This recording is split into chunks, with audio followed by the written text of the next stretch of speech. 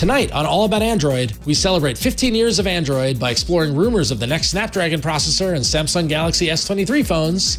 I've got a review of the Nothing Ear Stick earbuds, and we discuss the future of mobile gaming on your PC with Google Play Games? Sure. Oh, and Amazon Photos has an app.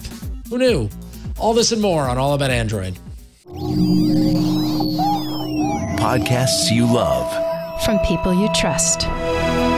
This is TWiT. This is All About Android, episode 603, recorded Tuesday, November 8th, 2022. Where's my G phone? 15 years of Android. This episode of All About Android is brought to you by Rocket Money, formerly known as Truebill. Are you wasting money on subscriptions? Cancel your unnecessary subscriptions right now at rocketmoney.com/Android. Seriously, it could save you hundreds per year. And by IT Pro TV. Join a community of IT learners who access 5,800 hours of IT skills and training courses and interact with each other and subject matter experts to better themselves, their organizations, and their careers. Get 30% off when you sign up at itpro.tv/allaboutandroid and use code AAA30 at checkout. And by Collide. Collide is an endpoint security solution that gives IT teams a single dashboard for all devices, regardless of their operating system. Visit collide.com/AAA to learn more and activate a free 14-day trial today. No credit card required. Welcome to All About Android, your weekly source for the latest news, hardware, and apps for the Android faithful. I'm Ron Richards. And I'm Huyen. And we may not have a Jason this week, but we do have a Mishaal. Mishaal Rahman from Esper. How you doing, sir? Glad to be back on a very important night that we won't be talking about for the rest of the show. Yes. As part of the well, first off, congratulations, Mishaal, because you get to be in the chair for episode 603, which is the only time we'll do 603 episodes. This is a milestone. So good job. But also, we continue our All About Android tradition of broadcasting on a Tuesday evening on an important night in America and ignoring the fact that it's all happening while we're doing the show. So it's now a biannual tradition. Yeah, exactly. Because you were on the show in 2020 at the last election. 2 years ago's election, because there was an election day last year. It just wasn't as important. But they're all important. Go vote. Make sure you go vote. Did everybody vote? When did you vote? I Might did. be a little too late for that. Yeah, right. It is too late. Well, no, the polls are still. It's 8:20 here in New York. You still got 40 minutes, as we found out. That's true. So, all right, cool. Well, so we got a mixed bag of show for you this evening. But first, we thought we'd check in on Pixel Watchgate for the latest. So, Huyen, why don't you tell everyone what the latest with your journey with the Pixel Watch has been? Yes. Hi, everyone. So I remember, you all remember last week when I was complaining that I couldn't get my Pixel Watch to pair with my Samsung Z Fold 4 for anything. Yep. I tried pairing it with the Pixel Pro 7 that I had, and it worked flawlessly. Like, it took less than a minute. There was nothing. It just worked. It just worked, and I should be happier. But in fact, when it paired so effortlessly, I was even more annoyed. I've been so annoyed, in fact, that I kind of decided out of protest I would not switch over to the Pixel Pro 7 as my daily driver or use a Pixel Watch. So I am shirking my duties as a host, but I am standing up for my rights as a consumer that this is not a great experience. And actually, I think Andrew on Twitter also echoed similarly. Andrew was trying to pair the Samsung S22 with a Pixel Watch, and they didn't have any luck either. So I don't know. That's 2 data points out of like how many Samsung users that might be using a Pixel Watch, but that's where I'm at. I'm protesting. So Pixel Watchgate continues. Maybe next week. That is incredibly frustrating, but also like it seems oddly like, oh, it works for the Pixel. Of course it would. Of course it would. Yeah. Yeah. So my update in Pixel Watchgate is I just got the confirmation that they received my return last week, and I was getting my credit applied, and we have parted. We have amicably decided to part ways to end our relationship, a consensual ending of the relationship between me and the Pixel Watch. So no more Pixel Watch adventure for me. I'm out. But it was amicable. It was amicable, but I did get my Pixel 7. So it's nice and white, and I'll talk about that a little more in hardware. So I couldn't even wait to get to see if the Pixel Watch worked better with the Pixel 7 than the Pixel 6. I just didn't want it. Was not. Here's the thing: it wasn't about the watch, or it wasn't about the phone. It was about and I gave them my feedback when I returned it. They said, "Why are you returning it?" I said, "The lack of a decent podcast app. That's this is why you lost me." So if Google Podcast was on there, like their native app, then maybe it would have worked a little better. But who knows? Mishaal, where are you with the Pixel Watch? I was debating getting it, waiting for reviews, because I know the 24-hour battery life was like the one thing I was really unsure if I could deal with. And I'm kind of leaning towards holding out and probably waiting for like a Gen 2 at this point. I think I want something that lasts longer than a day. Yep. And the thing was, as we talked about, I don't know if you watched the show or the shows you're not on, but people did write in about how to like turn off the always on display, turn off the assistant. Like there's all this stuff that you can do to make the battery last longer. But even then it's still, like I ran 10 miles with it and it barely made it. So, that was like 2 hours of being out running. So anyway, so there you go. There's the Pixel Watchgate update. A little teaser before we jump into the news, which is up next. So Burke, take it away.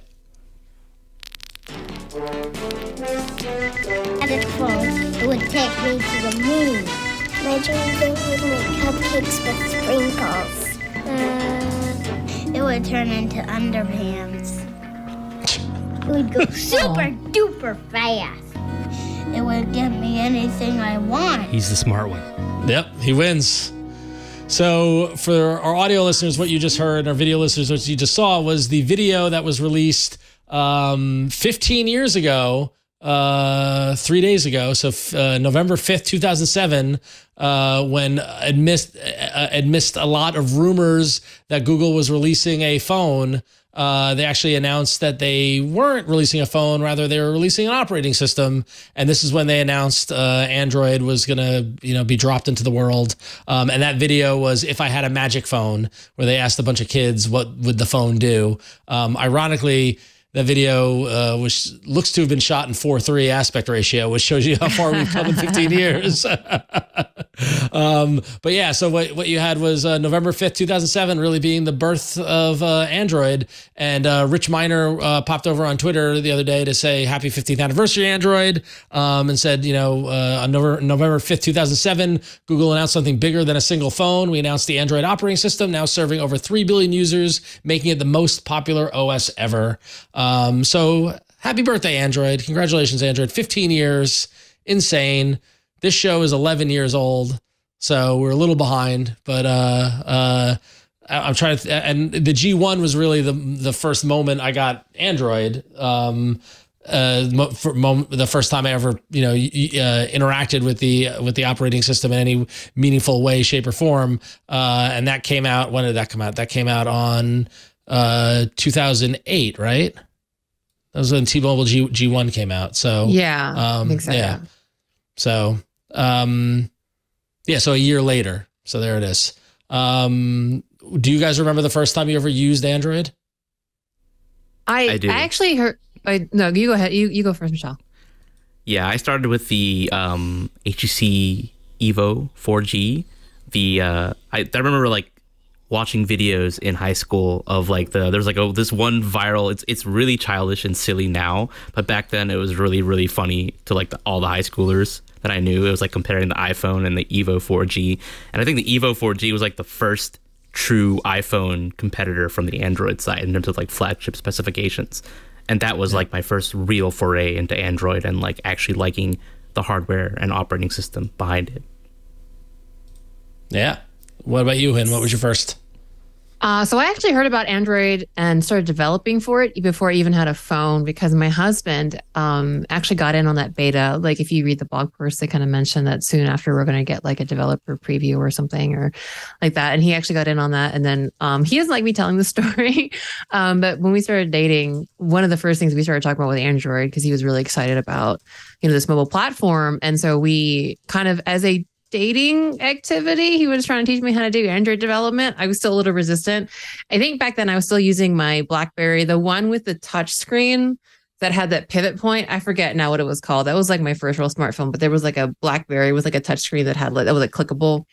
And then I wanted to get serious about Android development. So I think my first phone was the Motorola Droid. Still love that, which has a keyboard, which that one of the girls in that video definitely said they should have a keyboard. And in fact, actually now with, your variety of like food delivery apps, you can have it make you a sandwich, or at least you can have a restaurant make you a sandwich and give it to you. So you can order one at least, right? Well, you can order one. And it's really funny actually. When I started doing Android development, I really loved it. And then I had to switch to iOS for a bit because I was a freelancer and I had to eat. And there wasn't that many Android jobs. But I think to be perfectly frank, there were times where I didn't have a job for a gig for a couple months, and no BS. One of the things that made me hopeful that Android was going to make it was this show. I remember, I've told the story before, but I knew of Jason before at Buzz Out Loud. And I kind of, in my, existential career crisis, I kind of lost track a little bit of podcasts and stuff, just trying to find a job. But I remember when one of my first Android gigs wrapped up, and I think I was moving on between like iOS and occasionally thinking about Android. I remember hearing, oh, Jason House started an Android podcast. Well, someone likes Android. So maybe if I just stick with this, more jobs will come. And, it happened. And now I'm on this show, which is really awesome. Manifesting, I believe the kids say. So that's been my history with Android. It actually started with developing before I even had a phone. Not that those early attempts were successful, but yeah, happy birthday, Android. Definitely been a lot to my life. Yeah, for me, like I said, it was the G1. I'll never forget. I was in San Francisco, and I was met a friend for a drink, and he had just gotten the G1. It had come out like a week earlier or a few days earlier, and he was showing me the phone over drinks, and I walked from the bar directly to the T-Mobile store in San Francisco, the one on Market and 3rd, I think. If you know San Francisco, it's on the corner. You go right by it when you're on the streetcar, that sort of thing. I just walked right into that one and put my credit card down. I said, give me the phone. And just, from that point on, I was hooked. So, and delighted to be invited onto All About Android in the same way you were, Huyen, just 11 years ago, and been doing this ever since. So thank you, Google, for giving us a reason for the show to exist. Hooray. and me a career. Yeah, exactly. And you a career, and Mishaal a career, etc. Yep. Same here. And so to celebrate that, we're going to do what we do best and try to unpack some confusion in the Android hardware space. Mishaal, why don't you tell us what's going on about Snapdragon 8? All right. So for those of you who don't know, next week will be Qualcomm Snapdragon Tech Summit. It's an annual event where they unveil their latest Snapdragon products. And this year, we're expected to see the Snapdragon 8 Gen 2. So this is a continuation of the Snapdragon 8 series. Last year, they unveiled the Snapdragon 8 Gen 1. Then in the middle of the year, the 8 Plus Gen 1. Very confusing naming. And this time, they're going to announce the Snapdragon 8 Gen 2. And some specifications have leaked courtesy of a Polish developer by the name of Kuba Wojciechowski. I apologize, my friend, for if I butchered your name there. But he has revealed some key specifications of this product, including like the CPU configuration. By that, I mean like which CPU cores will be in, like how many of each will be there. So like he says that there's going to be 1 Cortex X3, 4 Cortex A715s, and 3 A510s. And this is a different configuration than what was previously leaked a couple of months back. So he's clarifying this discrepancy on Twitter by, saying that they had this previous design, but now they switched to this new layout. And he also shared some additional details about the support for 32-bit code, which we'll be talking about, in a bit. This product supposedly will still support 32-bit apps. Some of the CPUs will support 32 bits, although not all of them will. We're starting to see more and more silicon from like Qualcomm, MediaTek, etc. launch without support for 32-bit applications, but this one will have a few cores that still support that. And he also mentioned that there's going to be, instead of 3 cores that are dedicated to the highest performance layout, the highest performance configuration, there's going to be 4 of them. So 4 big or gold cores is what they call them. and that's going to look really good in benchmarks like Geekbench, etc. Supposedly. And then there's also some other things. One of them is AV1 hardware decoding support. So AV1, for those of you who don't know, is a media codec that is very efficient and is becoming more and more popular among streaming services. So it's used on YouTube for many of their high-end videos, 4K, 8K, and Netflix is also using AV1 to encode many of their videos. And so if you want to actually play back the videos that those streaming services have, your device needs to have support for decoding that content in AV1. And thus far, Qualcomm Snapdragon devices have not had hardware support for decoding that. So starting with the 8 Gen 2, they supposedly will start having that support.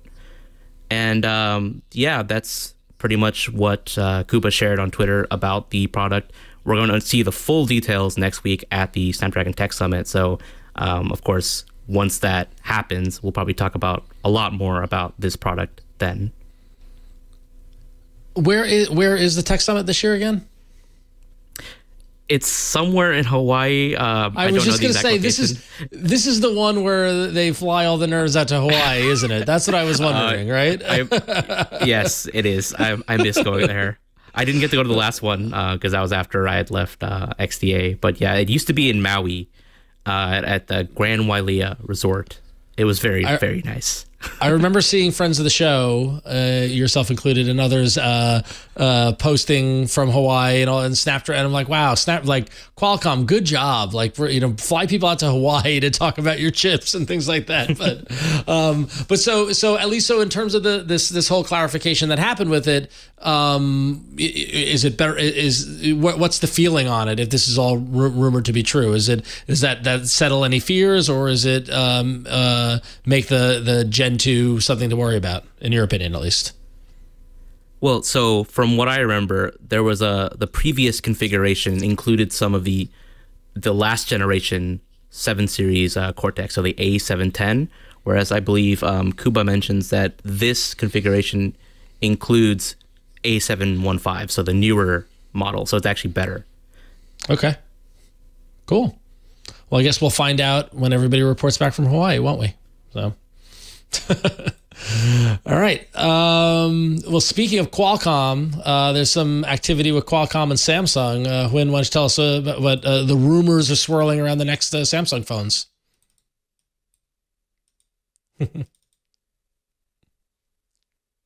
I was muted. Sorry. So I was going to say that rumors are indeed swirling, and usually around earnings calls, they swirl a bit more vigorously, like a whirlpool. Samsung just had their Q4 earnings call, and during that call, the CEO of Samsung confirmed, or not, didn't really confirm, but said that, kind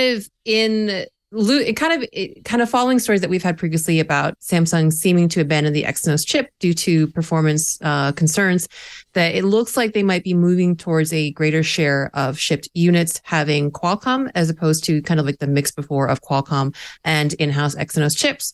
Well, during that Q4 call where they kind of, looked forward to Q1 2023, the CEO of Samsung stated that the Samsung S23 series will have a global share, or that Qualcomm will make up a global share of the chips shipping with the S23 series, which I guess we're going to take and assume to mean that Samsung S23 series will only be using the Snapdragon chipsets. And there is some reports that the Samsung S23 series has already passed Geekbench exclusively with the Snapdragon 8 Gen 2. So, we already know they haven't really been happy in-house with the Exynos performance. So this kind of just makes a lot of sense. They haven't really confirmed it, just more like talking around it in business speak about, global shares of Qualcomm versus other things. So it does look like, though, around February 2023, we'll find out for sure whether this will be just straight up all Snapdragon all the time, or whether there will still be an Exynos release somewhere for the S23 series. But there you go. I think it just kind of follows what we've been seeing. Bye bye Exynos, hello Snapdragon, and maybe eventually Samsung will get their own chipset out again. I don't know. Well, yeah, and I mean, apparently the having 100% of the line being all the same chipset, I suppose gives consistency, right? I mean, it matches Google and everything being on Tensor, and Apple everything being on their own chip. Yes, it's not their own, but at least it's consistency, right? I guess. Yeah. I don't know. I wonder if there's also a logistic issue too. I mean, like I know nothing about hardware manufacturing, especially with mobile phones, but I don't know if it sounds a little more logistically complicated to have, your own chipset and a different company's chipset manufacturing, involving two different chipsets with the same model phone. So I don't know, maybe everyone's tightening their belts. Maybe this is also just makes sense. The performance is not great. So why not just ship out with, the Snapdragon 8 Gen 2? Because we all know everyone seems to really like the performance of the Snapdragon 8 Gen 1. So might just be kind of a safe bet. I don't know, Mishaal, what do you think? Yeah, I think we've seen, at least among the internet and according to some Korean outlets, there's been a lot of criticism and complaints from users about the performance of the Exynos chips versus the Snapdragon chips in previous generation Galaxy S models. So I think having this parity between variants sold across the world, previously Europe almost exclusively got the Exynos models. And so, when you compare the performance and like the consistent performance, so like performance over time, the Snapdragons tend to fare better than the Exynos counterparts. And also, of course, because they're different chipsets, they also have different modems. So Exynos, they have their own Exynos modems. Qualcomm, they have their own Snapdragon modems. And in general, I think that they also perform very differently. All right. What do you think the advantage is anyway, like of having just of your own in-house chip? I mean, is it just the control? Is it the kind of, I guess, factor of, hey, like Apple has their own silicon, Google has their own silicon. Is it just a thing the cool kids are doing? But I mean, why go through the complication of having two different chipsets and, as you say, like other components like the modem being different? Well, I think in one part, as you mentioned, it's hedging your bets. Like when you're a company as big as Samsung, you don't want to just give up full control of everything inside your smartphone to another company, right? Samsung, they have their own semiconductor manufacturing and design, subsidiary. And so like having that business, like if they were able to be the top tier chip design company, then they would start licensing that out. And, they have in the past licensed their own designs out to other companies. And the second part of it is that, they have to spend less if they're using their own in-house chips, because if they're using Qualcomm chips, they have to pay a lot of licensing fees to Qualcomm because, Qualcomm modems, Qualcomm patents, all right. their codecs, all this stuff, it becomes expensive. Well, I guess we'll just have to see whether they pop up, whether Exynos, the next generation, pops up eventually for Samsung. But we'll just have to wait till February 2023 to see. Yeah. We're waiting on that announcement that it's actually happening in February. It's rumored for the first week of February, and then we'll see how A, if it happens, and B, how much of a big deal Samsung makes about it. Which will be interesting to see, of course. So stay tuned until February for that. So that was a great little taste of hardware. We've got some more hardware coming up, including I'm very excited to give a review to you guys of some new headphones that I've gotten, some new earbuds. But you're going to have to stay tuned for that, because first, we're going to thank our first sponsor, because this episode of All About Android is brought to you by Rocket Money. And listen, are you wasting money on subscriptions? 80% of people have subscriptions they forgot about. Maybe for you, it's an unused Amazon Prime account or a Hulu account that never gets streamed. And good news is that there's a great app that I use that helps me track all of my expenses. And because of it, I no longer waste money on subscriptions I don't even use. It's called Rocket Money, formerly known as Truebill. Do you know how much your subscriptions really cost? Most Americans think they spend around $80 a month on subscriptions, when the actual total is closer to $200 or more. That's right, you could be wasting hundreds of dollars each month on subscriptions you don't even know about. The Rocket Money app shows you all of your subscriptions in one place and then cancels the subscriptions you don't want anymore. Rocket Money can even find subscriptions you didn't know you were paying for. You may even find out you've been double charged for a subscription. To cancel a subscription, all you have to do is press cancel, and Rocket Money takes care of the rest. And let me tell you, I've used Rocket Money. It has helped me track down subscriptions that I don't, for services I don't use anymore, or things that I thought I had canceled that I didn't, because sometimes they make it really hard to actually cancel the subscription. Rocket Money makes it that much easier. A couple of taps on the app and you're able to eliminate and save money in the process doing it, which is fantastic. And that's why I love using Rocket Money, formerly known as Truebill. So get rid of useless subscriptions with Rocket Money now. Go to rocketmoney.com/Android. Seriously, it could save you hundreds of dollars per year. That's rocketmoney.com/Android. Cancel your unnecessary subscriptions right now at rocketmoney.com/Android. And we thank Rocket Money for saving us money, canceling those subscriptions, and sponsoring this episode. And with that, let's get in some hardware.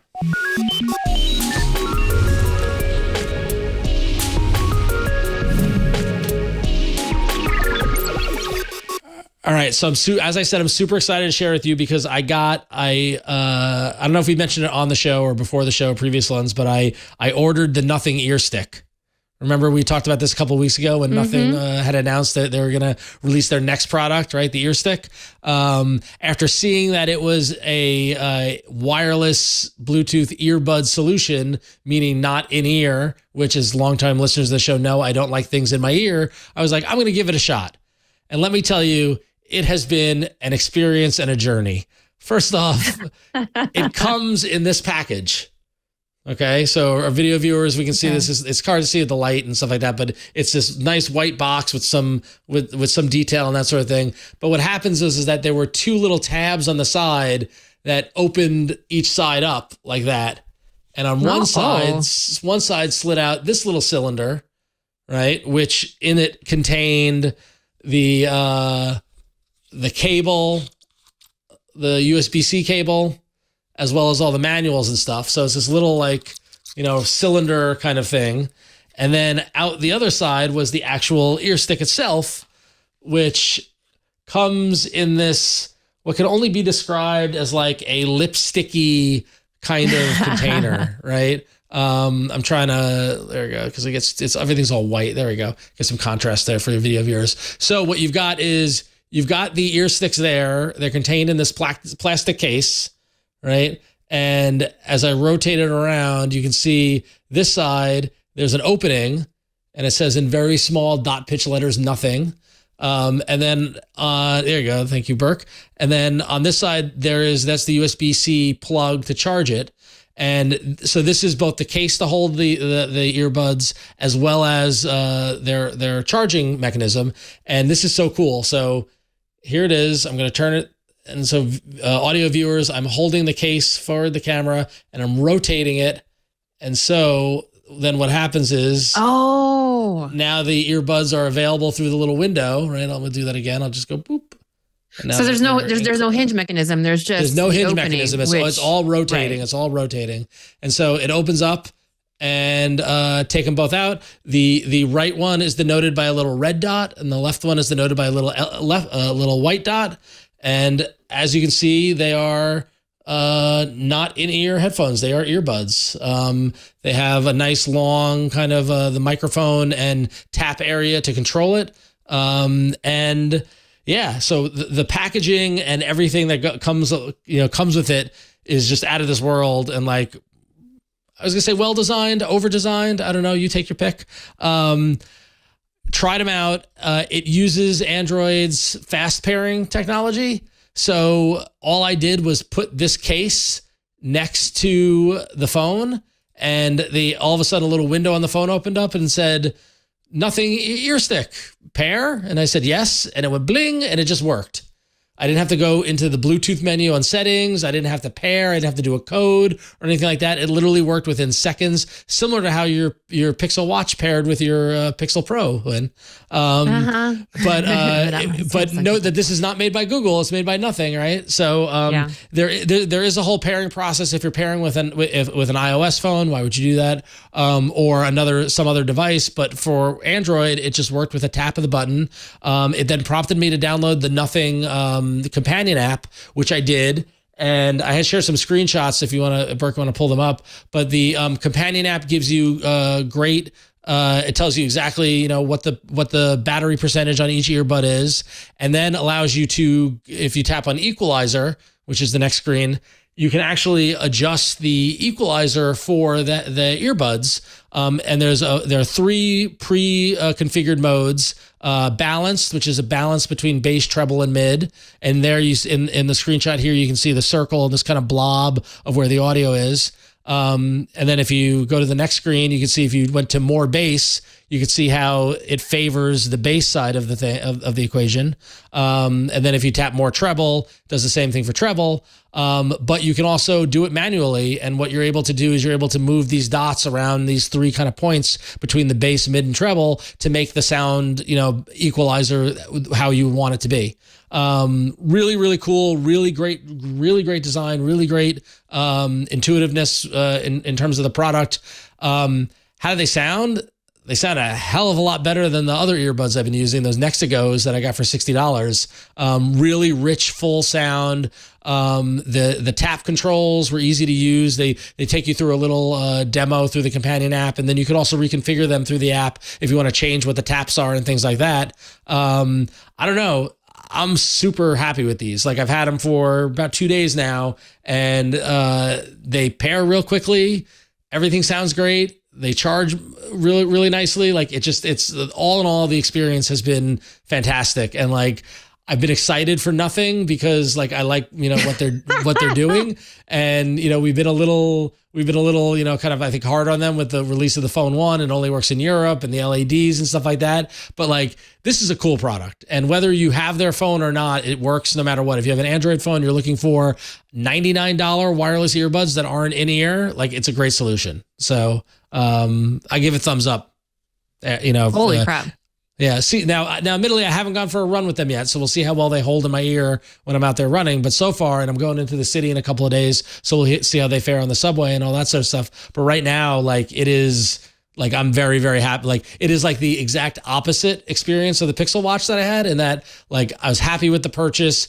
The onboarding and getting everything all set up and working was delightful, and the product itself just works and sounds great as it's supposed to. So really happy I now have permanent earbuds. So I'm excited. I still find it hilarious that every time you have to say something like excited about nothing, I kind of have to think for a second, like, did you mean you're really excited? Or, because the company's nothing, you're not saying you're not excited, you're excited for nothing. To be perfectly honest, I'm really excited watching you kind of geek out about these, because I think the expectations and the style and the kind of mission statement of nothing really feels actually kind of I feel like it's well manifested in this product. Like, I like the kind of not standard, I feel like ever since the AirPods came out, everybody's got the same kind of like delightful, but also kind of like, lighter style, like hinge that snaps in. I love that this doesn't really have that hinge. It's kind of going at a different way of like both holding and display. I mean, it also displays them. They're pretty sexy. And so to have the case be functional, not have any mechanical parts and still be a charging kind of display case. I love it. The nothing aesthetic is definitely there. You can totally see it with all the pixel dot text and the red and white aesthetic. I kind of want to be there, Ron.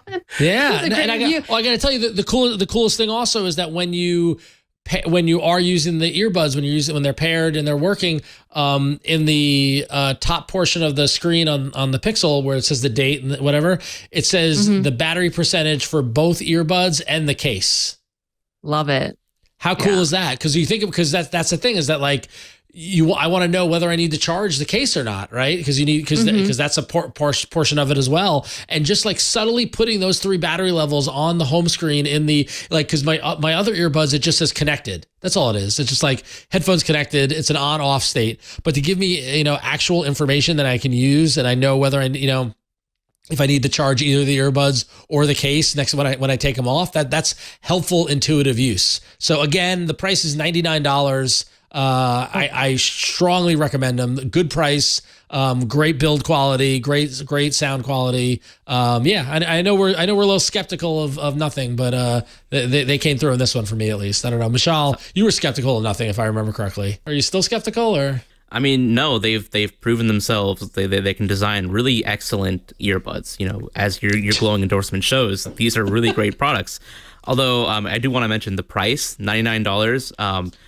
The original, the first generation Nothing Ear 1, those originally cost $99 also. And now they've been bumped up to $149. So if you really like what you've heard from Ron's endorsement of the Nothing Ear stick and you want to get them, you should probably consider getting them soon, or who knows, they might bump up to like $129 or $139 in the next few weeks. I feel like that's like That's a subtle jab at them for jacking up the price on the first release, wasn't it? That was a pretty hefty price. It was, like yeah. It was like 50%. Increase. Yeah. We talked about that when it happened, and it was, and they cited, rising costs and all that sort of stuff, which is, hard to argue. Fair, I believe it. Yeah. But still, that's a tough pill to swallow.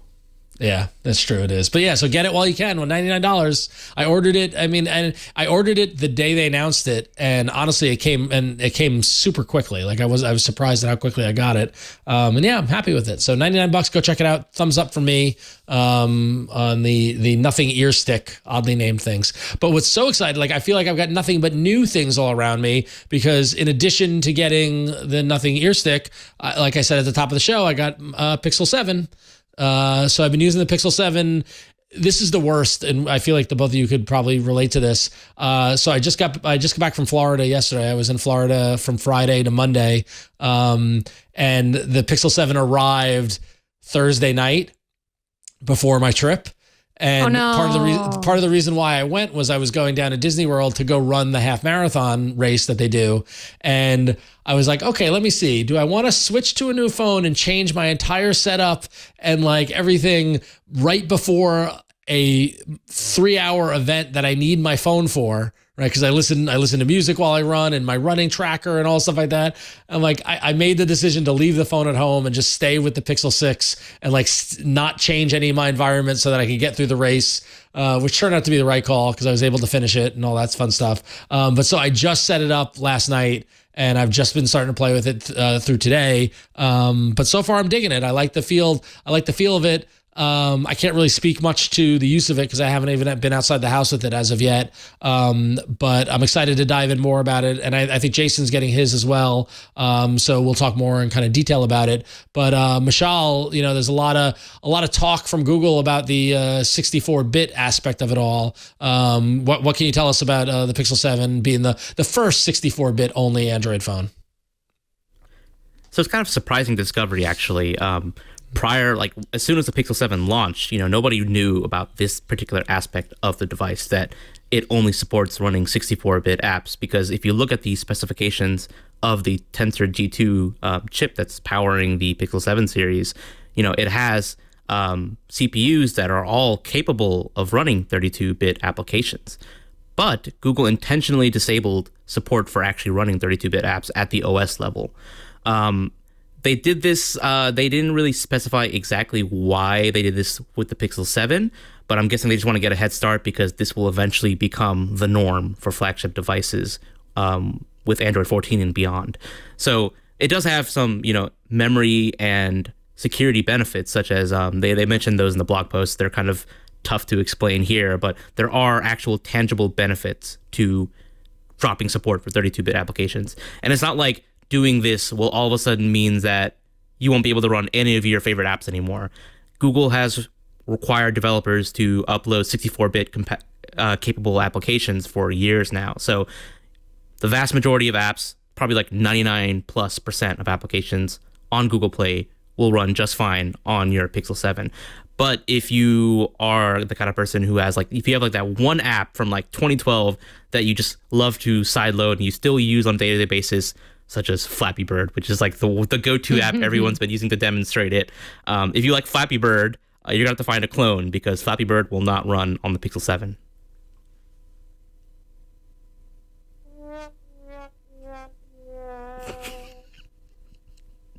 I'm on mute. Sorry. Wow.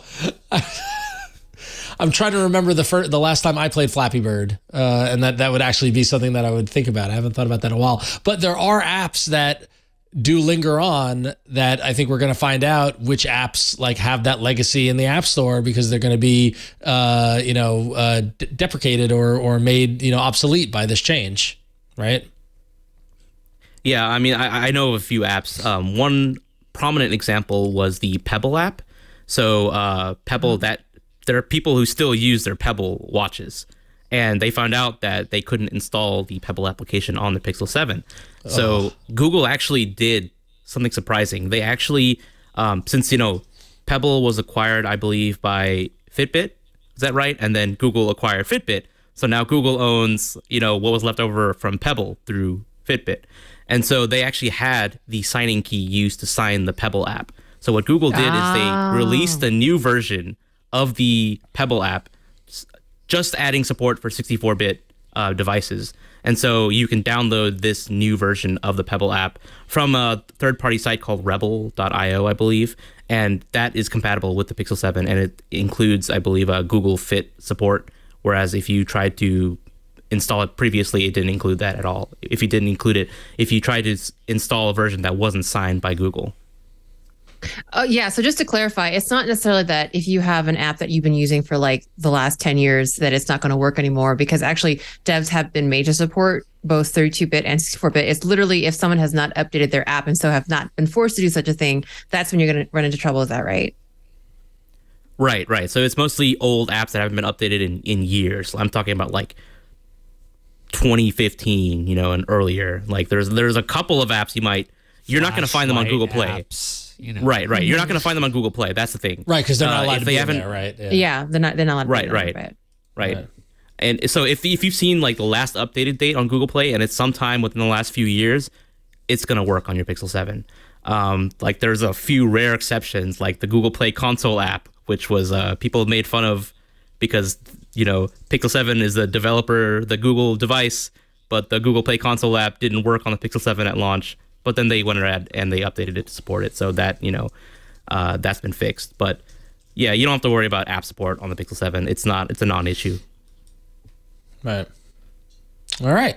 So there it is. The 64-bit dynasty starts now with the Pixel 7. There it is. So I will be curious to see what apps do come out of the woodwork of people saying, oh, it doesn't work anymore. But if they're not supporting the Google Play Store, you only have yourself to blame or to, right?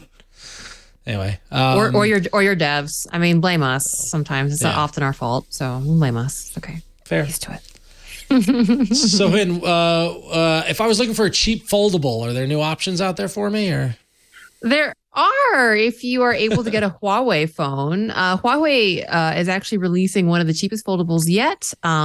They have recently announced on November 2nd, the Pocket S, which is a cheaper version of the already existing P50 Pocket. It's basically a cheaper, slightly downgraded version of it.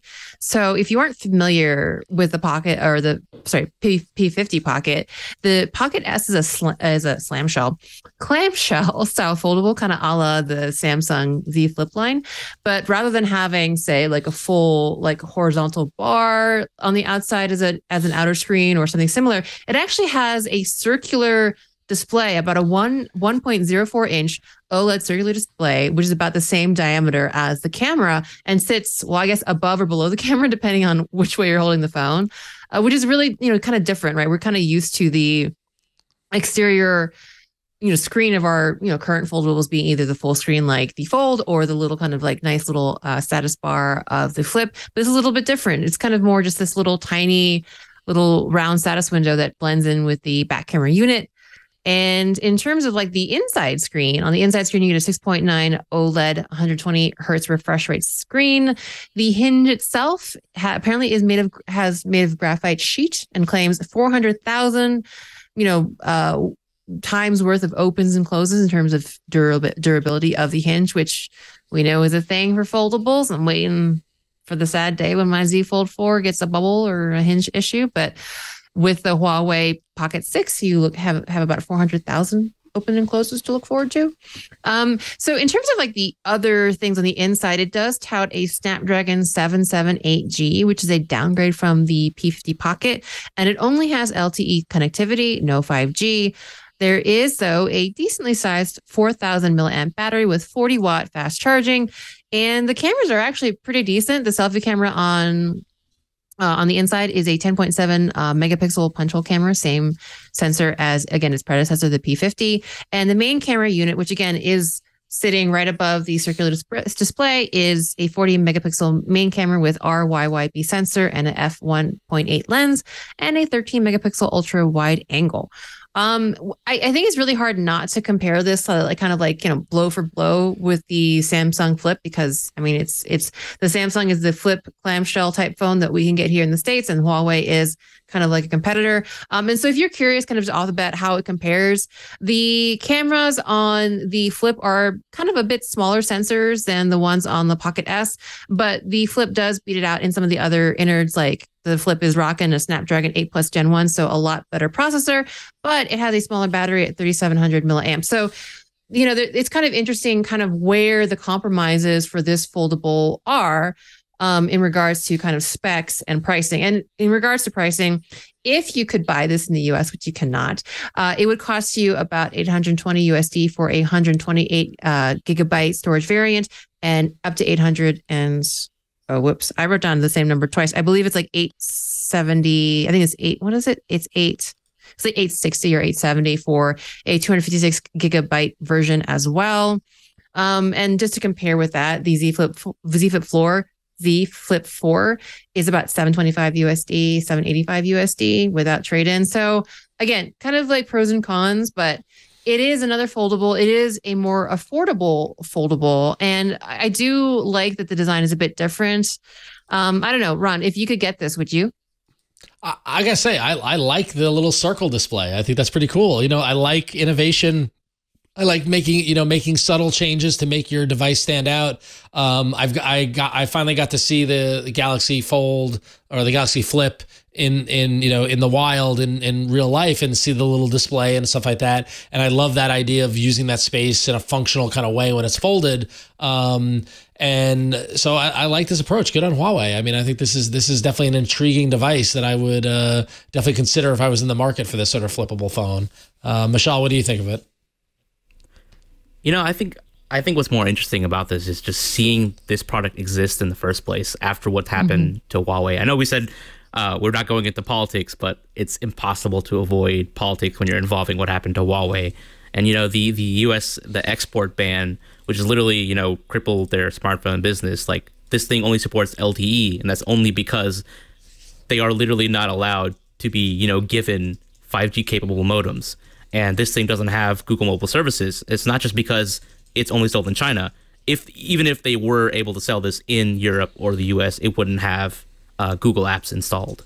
So like this is a really good looking hardware. As you mentioned, like all those perks of it looks like a viable competitor to the Galaxy Z Flip. And in an alternate world, it might have been, on store shelves in the US somewhere. But because of those, export bans, it's only available in China, and it's heavily, it doesn't live up to what it could have been. Right. Which is always the biggest. Though. It is an option. Yes. It's good to have options. I would say, yeah, the potential aspect is always the thing that you worry about, but it's nice to have those options. So, yeah. Oh, and just to correct myself, it is so the higher end storage 256 gigabyte version is 890 USD. So again, still kind of overall more expensive than the Flip, but I mean, I just think I think it's a very decent competitor in, a, like, as you stated, Mishaal, a kind of splintered market globally speaking. So yeah, I'd love to see more cool designs and just more kind of pushing more the bounds of what foldables could be. Cause I mean, like, I know we're waiting for like the next iteration of the Motorola Razr, because the first one was a little bit too nostalgic, and they basically then copied I think we've covered it where they're more or less really copying the Flip 4, the Flip design from Samsung. So I don't know. I mean, if it works, it works, and then you do what works. But it would be nice to see kind of what else you can do with this kind of idea of a transforming phone. So we'll wait and see. Now you've got me thinking about a transforming phone, and I want it to be much more than that. I want it to turn into a little robot that can go do things for me and then turn back into a phone. Make you a sandwich. like make me a sandwich. There it is. Yeah, but I was gonna say kind of like Shockwaves, the little cassettes that went inside Shockwaves. Yes. Transformers. Yeah, that would be cool. To dream what the future of foldables could be. Right, we'll find out. Yeah. Well, while you're dreaming about the future of foldables, we're going to take a moment to thank our next sponsor, because this episode of All About Android is brought to you by IT Pro TV. And whether you're new to the IT field or a seasoned pro, IT Pro TV's online IT training courses can change your life. Trust me, it's true. They offer virtual learning solutions for everyone. You want IT training videos? They got them. Every vendor and skill you need to start or advance your IT career. They're done in a talk show style format and keeps you interested and excited to learn. IT Pro TV is more than 5,800 hours of IT training with current content added daily, so courses are always up to date, and courses you can binge in 20 to 30-minute episodes. They've got interactive IT virtual labs. IT Pro TV sets itself apart with hands-on learning via their hosted virtual labs. Get on-demand access to cloned virtual machine environments to test the skills you're learning. They've got IT certification practice tests, take and retake tests to ensure you're ready and confident before you sit for the exam. And join their online community of IT learners, over 220,000 people. You can share in forums and engage with instructors directly. And you can learn when and where you want, on your desktop, if you've got an Apple TV or a Roku, or hit the road with your tablet or mobile device. Don't pay for a university degree just to work in IT. Stay focused on tech with affordable certification-based learning that'll get you a job. With their free weekend coming up on November 12th and 13th, now is the perfect time to check out IT Pro TV. Each month, IT Pro TV offers multiple free webinars that you can watch live or on demand at your convenience. You can also watch them live on IT Pro TV's social channels on LinkedIn, YouTube, and Facebook. For November, they've got lined up IT Pro TV's cybersecurity podcast, where Daniel Lowry welcomes Gerald Auger, PhD of Simply Cyber, on Wednesday, November 9th at 2 p.m. Eastern Time. Then on November 17th at 2 p.m. Eastern Time, there's the IT Pro TV Turkey Bowl. Join them live for games and gift giveaways for the holidays. Tim Broom, the co-founder of IT Pro TV, says it best himself. We want to make life easier for people who want an IT career. It's as simple as that. So listen up. Get 30% off when you sign up at itpro.tv/allaboutandroid and use code AAA30. That's 30% off when you signed up at itpro.tv/allaboutandroid and use code AAA30. IT Pro TV. Build or expand your IT career and enjoy the journey. That's what it's all about. It's about the journey and the friends you make along the way. Thanks, IT Pro TV, for being friends and sponsoring this episode. So up next, we're going to dive into apps. Let's do it.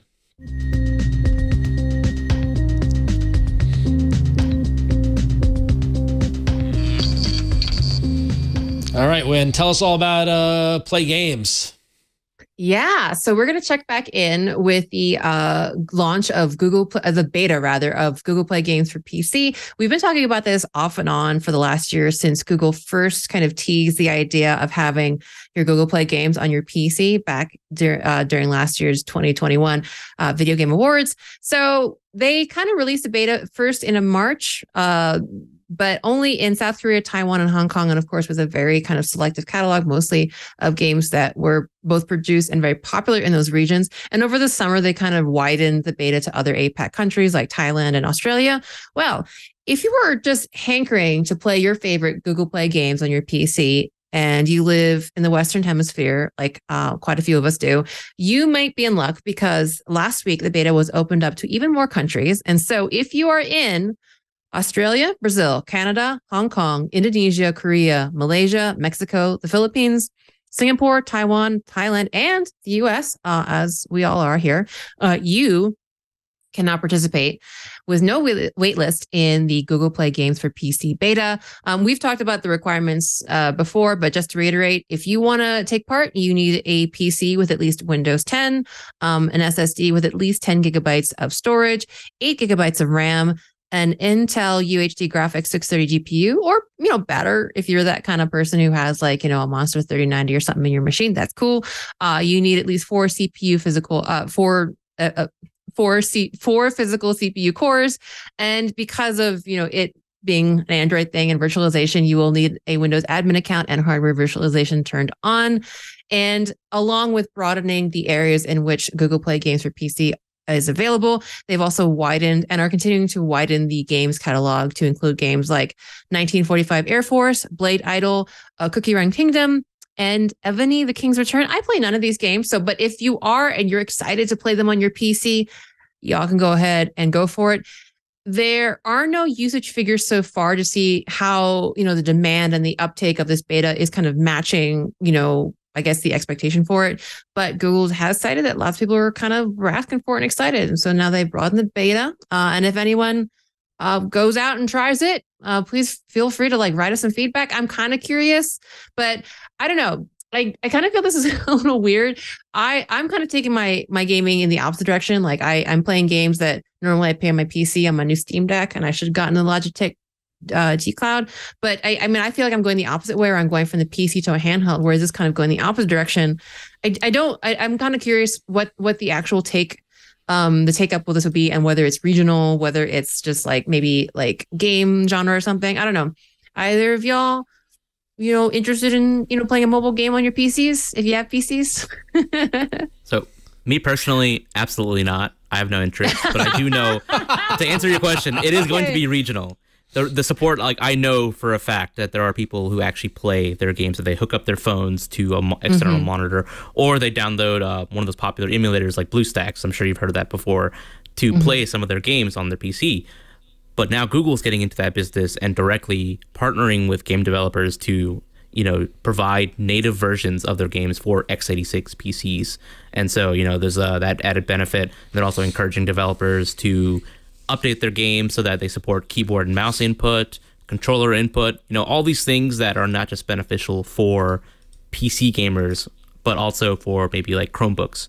If you're, running these games on a Chromebook, or maybe on other platforms. That you can see, like they're intentionally pitching this as a way to play games across platforms. And what better way to do that than by having them kill 3 birds with 1 stone, having them support all these different platforms. I mean, I do think that the cross-platform support is interesting, and I do like how, and I'm with you in like my gaming. I'm a specter of my former gaming self. I just don't have the time or the inclination. I don't even have, I mean, I have a Mac Mini. I don't even have technically a PC anymore, right? But I will say, and again, I'm partially biased because I do work for the company, but I've been playing the Marvel Snap card game on my phone nonstop since it came out because it's a blast. And I love the fact that I switched phones, but because I synced it with my Google account, all my stats, everything's the same on the new phone, like that, the whole kind of cloud kind of, managing your account. I know that's old news, but it's really great when it works. But I know they released the game both on mobile, but also for PC, because there's a contingent of people who prefer to play there, right? So why limit the audience to just people on their mobile devices? If people want to play on their PC, great, give them a way to do it.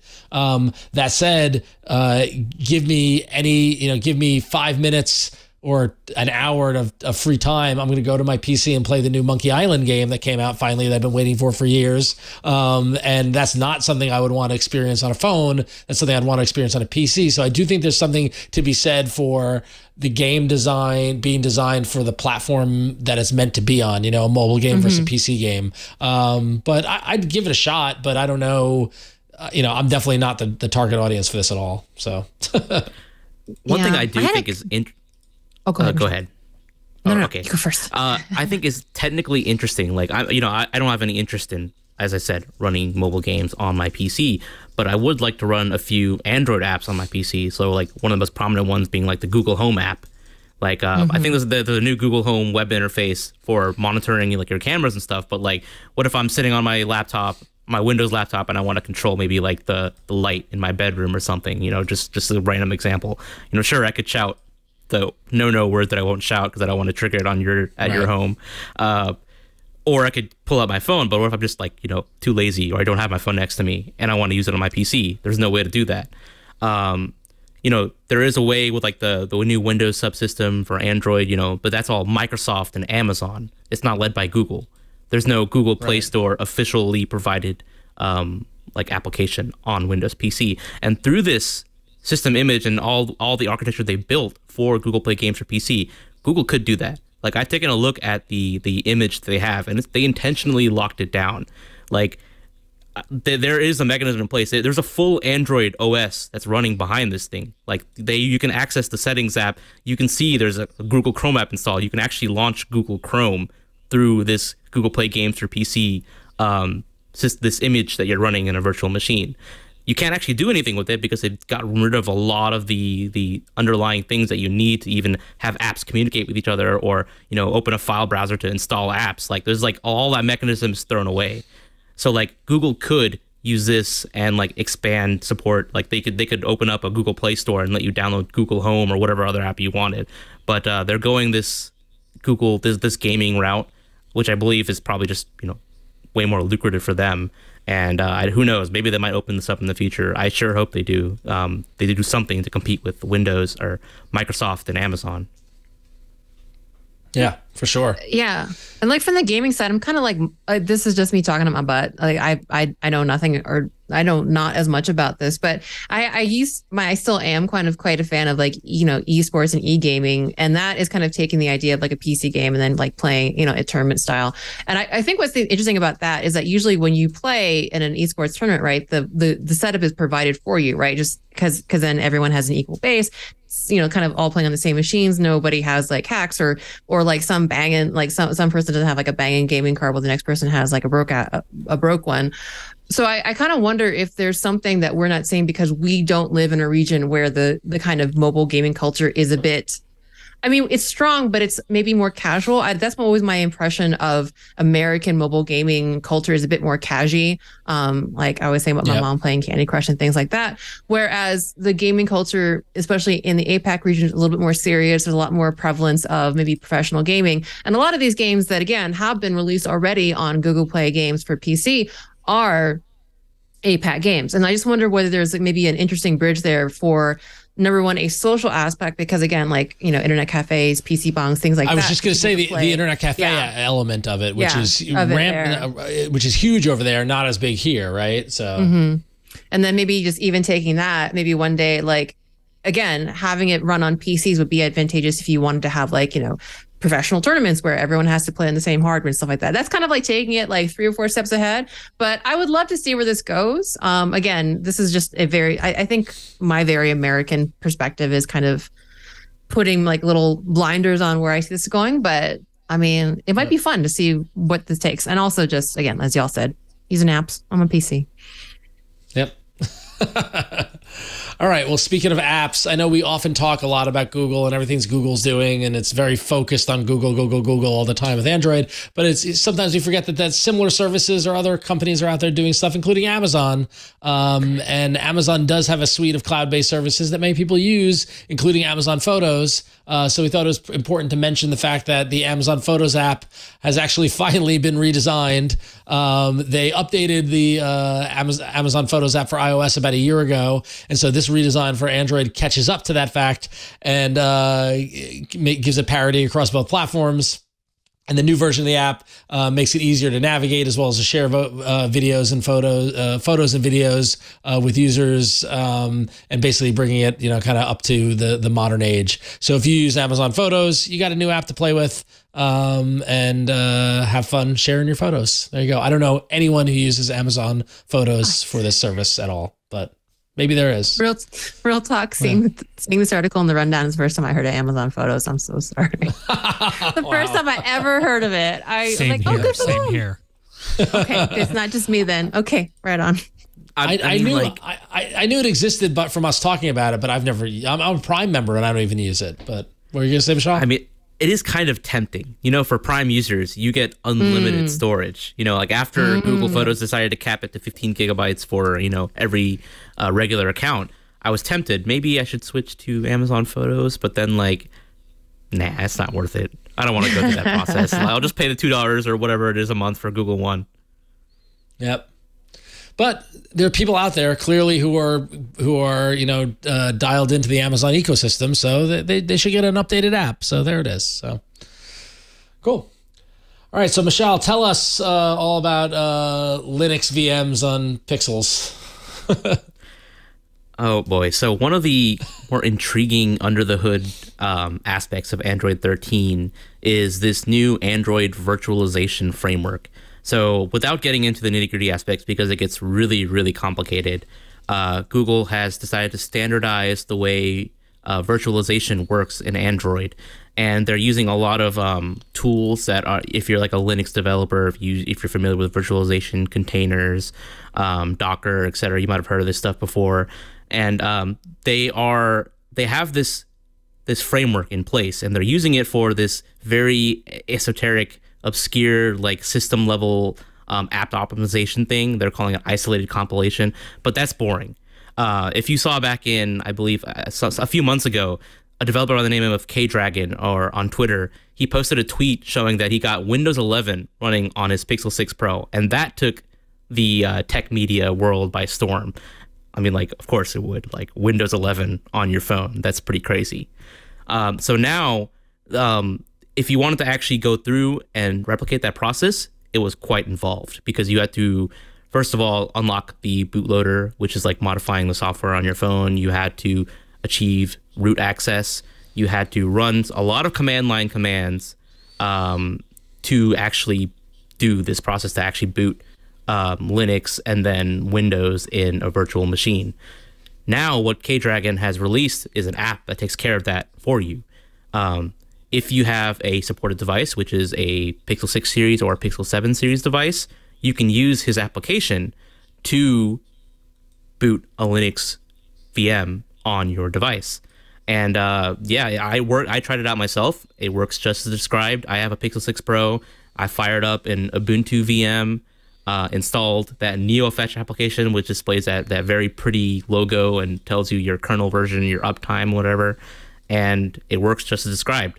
I don't have any plans to do anything with it. As I said, like I have a Windows PC that can do all this and more for me. So why would I do anything for my phone? But if you're the kind of person who likes to tinker around with your phone, maybe you have a backup Pixel 6 after upgrading to a Pixel 7, and you want to like maybe run some Linux, run a Linux server off it or something. I don't know.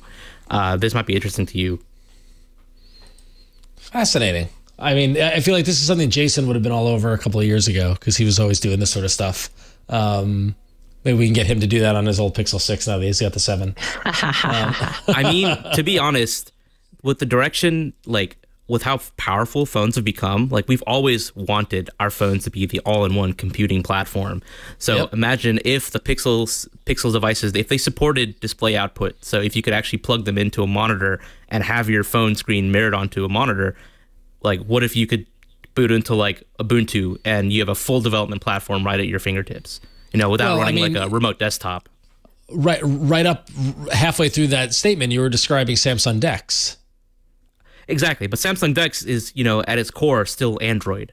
They did experiment with Linux on DeX, but it was heavily there was a lot of limitations with it because of the fact that it wasn't the kernel, whatever, without getting into the details. Right, but that scenario you outlined is something that we're like is possible in this world, right? To have you can do USB-C out to a display port or to an HD. You can get a dongle. Like you can make your phone purely the only computer you use, and now this helps you get even closer to it for Linux use, which is very, very cool. So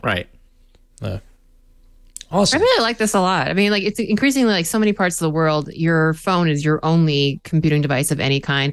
And this is kind of, again, I'm going to go off on a weird tangent where I'm kind of associating a couple of things that the story wasn't about, but something that's come up a lot in Android dev circles lately has been like kind of cloud IDEs, just because not every developer in the world has a Mac, or a laptop that has enough computing power to, run a full IDE. And this is kind of, again, taking it a little bit far.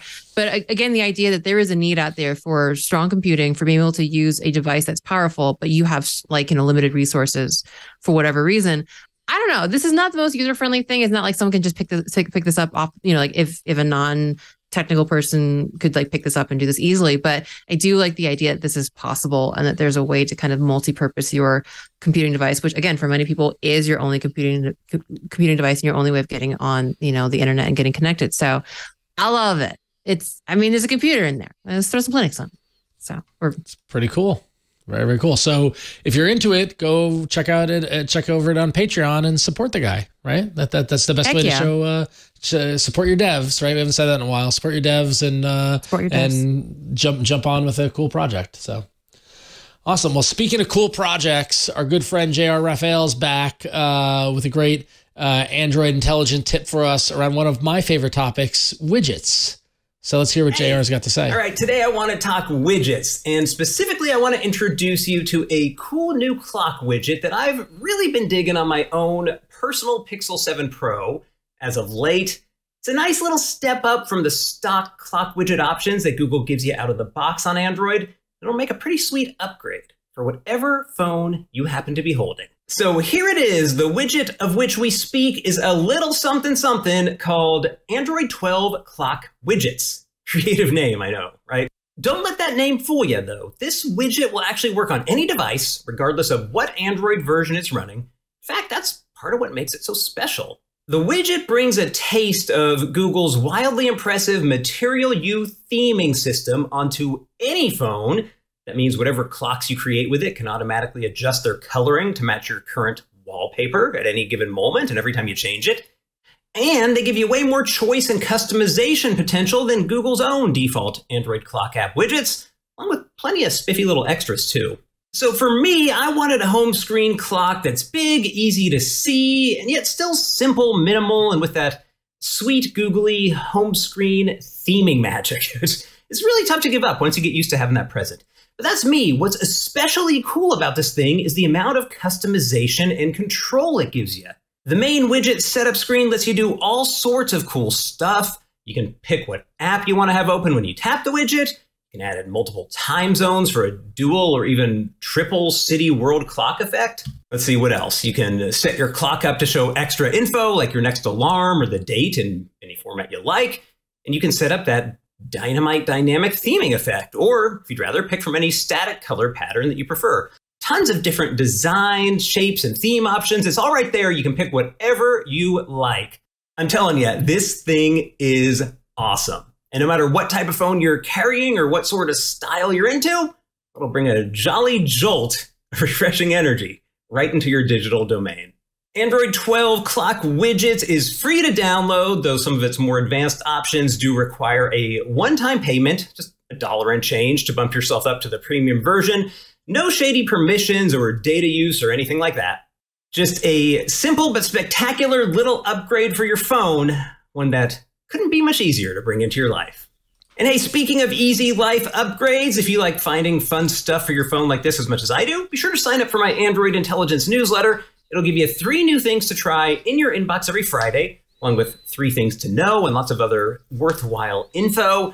Just head over to androidintel.net/twit to get started and get a trio of bonus tips on whatever subject you want this minute, too. That site, again, is androidintel.net/twit. I'll see you there, and I'll see you right back here next week.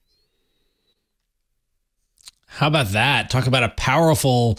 I mean, I know you joke about widgets, but this is just like, that's a power app right here, right? Love it. Customization party. Right? And yeah, this is totally in the spirit of Android, backboarding stuff, and then just giving it high levels of functionality for everybody. I love this so much for Android. And hats off to JR who's always got a great t-shirt. His t-shirt game is strong.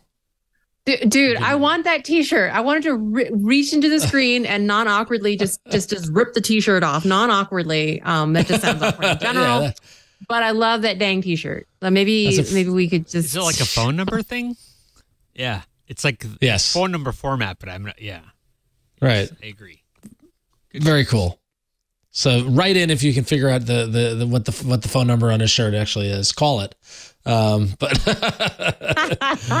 But that's pretty cool. Good stuff. Well, thank you, JR. And definitely everybody should go over and subscribe to his newsletter. It's great stuff. He's truly a gift.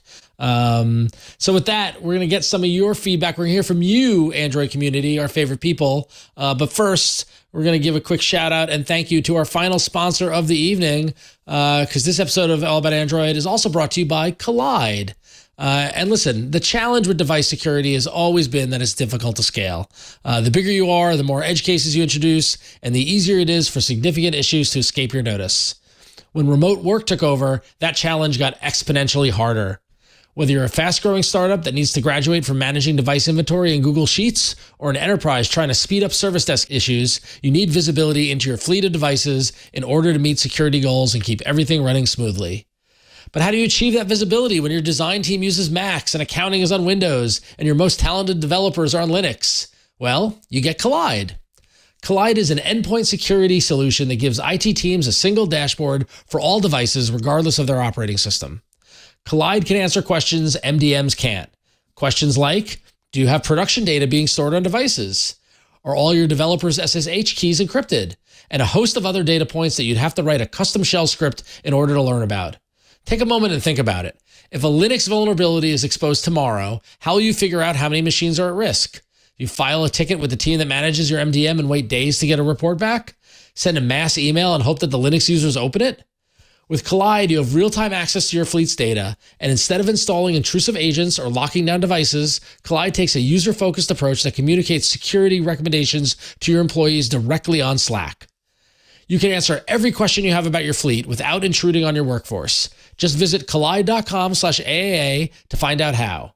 If you follow that link, they'll hook you up with a goodie bag, including a t-shirt, just for activating a free trial. That's KOLIDE.com/AAA.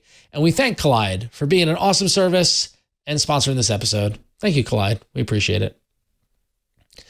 And with that, it's time to hear from you, the All About Android community. As always, you can write in at AAA@twit.tv. That's AAA@twit.tv. And many of you did. And we're going to hear from you now. Huyen, you've got the first one. Yes. And so if you did not get enough Pixel Watch talk, we got some more for you. And our first feedback of the week comes from Derek in Illinois. Listening to all of the recent emails regarding the Pixel Watch, I want to highlight an ecosystem fail that I find frustrating. Overall, I've loved the Pixel Watch. While the battery life isn't the best out of all Wear OS devices I've had, 7 in total, the performance of the UI and being able to use the apps without frustration is by far the best. When Google announced the Pixel Watch and said battery life was only up to 24 hours, I wasn't worried about losing sleep tracking because I don't like to sleep with a watch on and instead have a Google Nest Hub V2 with sleep tracking as my alarm clock. I thought this would be perfect. I can take off the watch to charge while I sleep and continue to get Fitbit integrated sleep data provided by the Nest Hub. Once I got the watch and set up Fitbit, and I went on my Nest Hub V2 and changed the health tracking app from Google Fit to Fitbit. Before I went to bed, I made sure that my Nest Hub gave the little icon that lets you know sleep tracking was detecting you. But in the morning, there was no sleep data in Fitbit, and I could not find any way to get my Nest Hub to tell me how my sleep went. After digging around, I discovered that even though I switched the health app on my Nest Hub, the sleep data that was getting tracked was going into Google Fit and not being shared with Fitbit. It turns out there is no formal way of having the Nest Hub V2 send your sleep data to Fitbit. The Nest Hub V2 website still claims that the sleep tracking will eventually require you to have a Fitbit Premium membership. How can they require Fitbit Premium when you can't even get the data into Fitbit? Thanks for letting me rant, Derek. Yeah, dude. Yes, dude. that is. That's a lot. That's a lot, and that's really disappointing that they don't integrate. But I'm not surprised. And I don't say that out of necessarily sympathy. Like, it is a difficult technical challenge, I think, to kind of have all these different data streams and like ways of tracking things integrate. But they've been telling this Fitbit integration for like a long time now. And again, same story with Google, kind of all kinds of different products doing the same thing and they don't work together. You just got to pick. Although at some point, though, they won't let you pick and you have to use Fitbit. But apparently that doesn't help Derek right now. Thanks, Google. Thanks, Google. I don't know. Thanks, Google. Yeah, I don't know what the solve for this is, or if there is one. I think you just found one of those crazy moments, right? Disparate products doing the same thing, overlap, cannibalizing each other's functionality, all these unsexy things. I'm sorry, Derek. Yep. All right. Well, our next email comes from Matt from the UK, who has a clever hack and a tip for you Pixel Watch owners out there complaining about the battery life. Matt in the UK says, I discovered that if you hold the crown button for a few seconds, then hit power off, you get almost indefinite battery life. Simply boot up again when you want to check the time, then repeat the process when you're done. Hopes this helps someone. Thumbs up emoji. Thanks, Matt, for the ever helpful tip on how to manage your battery on your Pixel Watch. I feel that's like Android intelligence. This email should be printed on a t-shirt, I feel like. Oh my goodness. Have you tried turning it off and not turning it back on again? Oh, there you go. That's the new IT crowd. That's what's the plan. It's the typical IT device. Like, just turn it off. Go for a walk. Yep. Enjoy life. And there you go. Life is so much better. I did have to say, I did without irony over the weekend. I was out of town and my wife was home with my kids and they wanted to play the pinball machines in the garage. And one of the machines is from the 80s and it's solid state hardware, whatever. And she turned it on and said it wasn't working. And I literally texted back. I'm like, did you turn it off and then turn it back on again? And then she did. And sure enough, that worked. So it is based in truth. The turn it off, turn it back on. Oh, absolutely. Approach. Yeah. Oh, sure. So, yeah. All right. And Huyen, you get the honors. All right. Well, it is time for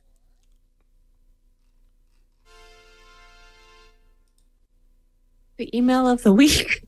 There we go. Let's do it one more time. I think with the email of the week deserves one more shot. So let me just do this one more time. More fanfare, more trumpets. All right. Yeah. And now it is time for the email of the week. And the email of the week comes from Joe Pats from Pittsburgh, PA. And we talk about watches. So Joe writes us saying, I got the TicWatch Pro back in July 2019 and truly loved it. I ended up cracking the face about a year ago, but since it worked, I decided to hold off for the Pixel Watch. When I got the Pixel Watch, I had trouble connecting it to my Pixel 7. I thought it was crazy that it required another app. After about a week of wearing it, I decided I didn't like it. Like you have all mentioned, the battery life is abysmal. I didn't want to deal with Fitbit, and it was annoying how it kept asking me to download it. Didn't expect the smaller face to be so off-putting either. I returned it and ordered the TicWatch Pro 3, which connected directly to Wear OS. I don't understand why the second screen isn't more popular, but that is one of my favorite features of the TicWatch. Love the show. Thank you, Joe. Right. And more love for the TicWatch. And I mean, like, there's just so many good wearables out there that have incredible battery life that just readily integrate with either Wear OS or with Android and with iOS. I don't know why, unfortunately, why this is the conversation we're having to have post Pixel Watch launch, but I mean, I don't know. There are themes. I'm not wearing it. Yeah, I'm not wearing it right now, but that TicWatch Pro 3, that is my daily driver smartwatch. Is it? At the moment. Yeah, I love it. As you mentioned, that dual screen, that really helps you keep it running for longer than a day. So, sorry, so just because I don't have it, so the dual screen is, what is that? My bad. I don't know the technology of the dual screen, but basically there's a second screen that's not OLED or LCD, but it's much more low power. So like whenever you stop using it for a few seconds, it like switches to the low screen to show you the time and like other static information, and that extends the battery life by a whole lot. Right. It's a way to balance out the smartwatch features, but keep the battery going longer. It is a clever solution, right? Like. So that's like an always on display, but actually done in an efficient way. Yes. That's right. Like the way it's supposed to, it should be done, where with the low energy. Oh, that makes so much sense. I like it. Let's do that on the Pixel Watch. Yep. Cool. Yeah, I keep hearing more and more people talking about the TicWatch and raving and loving it. But I don't know. I tried with the Pixel Watch. I just can't get into the wearable thing. Maybe another day. Who knows? We'll see. All right. Well, that's going to wrap it up for this week's All About Android. Not a crazy news week. We're in a bit of the doldrums here as we're getting ready for the holidays and that sort of thing. But hopefully more news will be coming out as the rumor mills start picking up speed, which they did a little this week with Samsung and Snapdragon and all that fun stuff. So until then, Mishaal, why don't you tell everybody where they can find you online? Thanks, Ron. So if you want to follow me online, you can find me at Twitter for the time being at Mishaal Rahman. But if you want to find the company that I work for, Esper.io, we're a company that specializes in managing fleets of devices like kiosks and digital signage. So if you have a business that relies on managing lots of different devices across lots of different locations, stadiums, etc., come check us out at Esper.io, or follow me if you want to find out about what's coming in Android. Excellent. That's a good follow for sure. You're one of the better ones out there, Mishaal. We thank you for joining us this week. And we'll see how long before my voice cuts out. Huyen, where can everyone find you online? Also, for now, you can find me at Twitter at Queen Code Monkey. Maybe in a more long-term solution, maybe you can find me also at Queen Code Monkey on Instagram, and you can find me now at Queen Code Monkey at mastodon.social. So that's a new thing. And you can find my kind of previous Android technical talks, code, and videos at randomlytyping.com. Right on.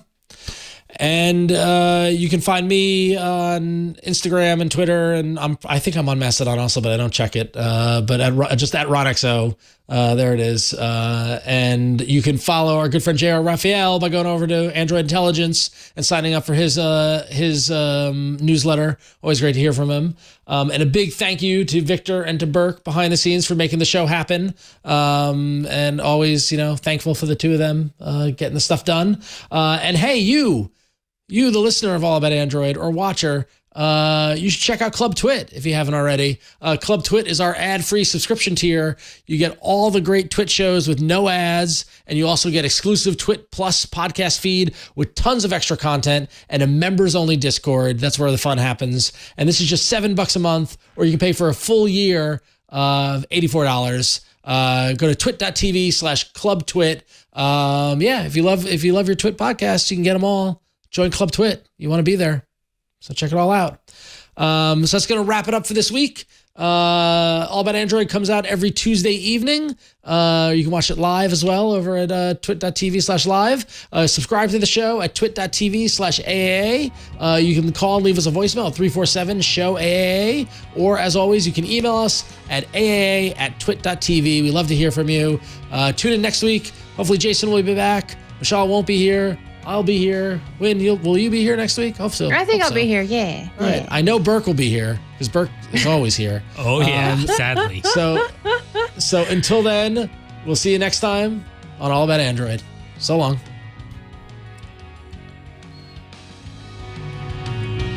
Bye. If you are looking for a midweek update on the week's tech news, I gotta tell you, you gotta check out Tech News Weekly. See, it's all kind of built in there with the title. You get to learn about the news in tech that matters. Every Thursday, Jason Howell and I talk to the people making and breaking the tech news, get their insights and their interesting stories. It's a great show to check out, twit.tv/TNW.